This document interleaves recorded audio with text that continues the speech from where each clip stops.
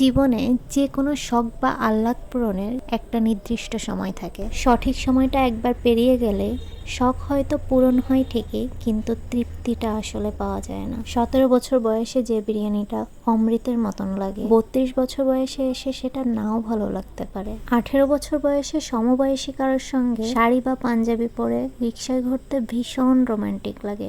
36-এ পা দিয়ে একই কাজ করতে রোমান্টিক লাগবেই, তার কোনো গ্যারান্টি নেই। 21 বছর বয়সে ভার্সিটির বন্ধু বান্ধবের সঙ্গে সমুদ্র সৈকতে গেলে যে আনন্দ পাওয়া যাবে, 40 পার করে সেই আনন্দ নাও পাওয়া যেতে পারে। একদিন নিজের ছাদে বাগান করব এই আশায় বসে থেকে যে মানুষটা নিজের বারান্দায় একটা গোলাপের চারা লাগালো না, ছাদ হওয়ার পর দেখা গেল সেই মানুষটার আর বাগান করার সময়ই নাই। একদিন চাকরি করে বাবা মাকে দামি দামি জিনিস কিনে দেওয়ার স্বপ্ন দেখা মানুষটা চাকরি করে টাকা কামাবে ঠিকই, কিন্তু ততদিনে মা বাবা এই দুনিয়াতে নাও থাকতে পারে। জীবনের ছোটখাটো স্বাদ আহ্লাদ খুবই দামি জিনিস। এগুলোই একটা মানুষের হৃদয়কে জীবিত রাখে, সতেজ রাখে, প্রাণবন্ত রাখে। মানুষের হৃদয় একটু একটু করে মরে যায় ইচ্ছা পূরণের অভাবের নীরব হাহাকারে। এজন্য সময় থাকতেই এসব শখ পূর্ণ করে ফেলতে হয়। অনেক টাকা জমলে একদিন খাবো এই চিন্তা না করে অল্প কিছু টাকা জমিয়ে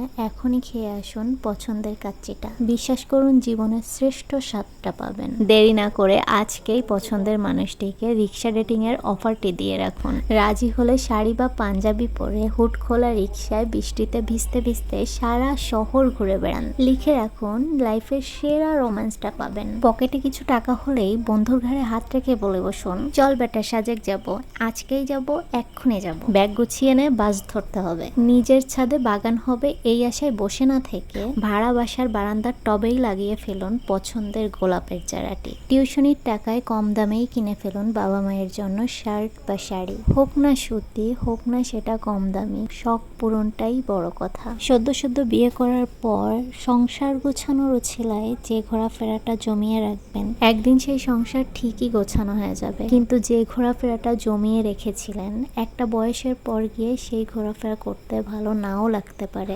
ভালোবাসার মানুষটার সঙ্গে ভালোবাসা বিনিময়ের সময়টাই যদি পেরিয়ে যায়, তাহলে এত টাকা পয়সা দিয়ে কি হবে, এত গোছানো সংসার দিয়ে কি হবে? যে সময়টাই যেটা ডিমান্ড করবে সে সময়টাতেই সেটা করা উচিত। মনে রাখবেন, একদিন সব হবে এই আশায় যে নিজেকে বঞ্চিত করে, তার জীবনে কিছুই হয় না। তার জীবন কাটে বিষণ্ণতা আর অপেক্ষায়, শেষ হয় আফসোস আর হতাশা দিয়ে। ভিডিওটা অবশ্যই নিজের টাইম লাইনে শেয়ার করে রাখবেন। যখনই ইচ্ছেগুলোকে জমিয়ে রাখতে মন চাইবে, তখনই চট করে ভিডিওটা একবার দেখে নেবেন। দেখা হবে নতুন কোনো ভিডিওতে। সেই পর্যন্ত সবাই ভালো থাকবেন।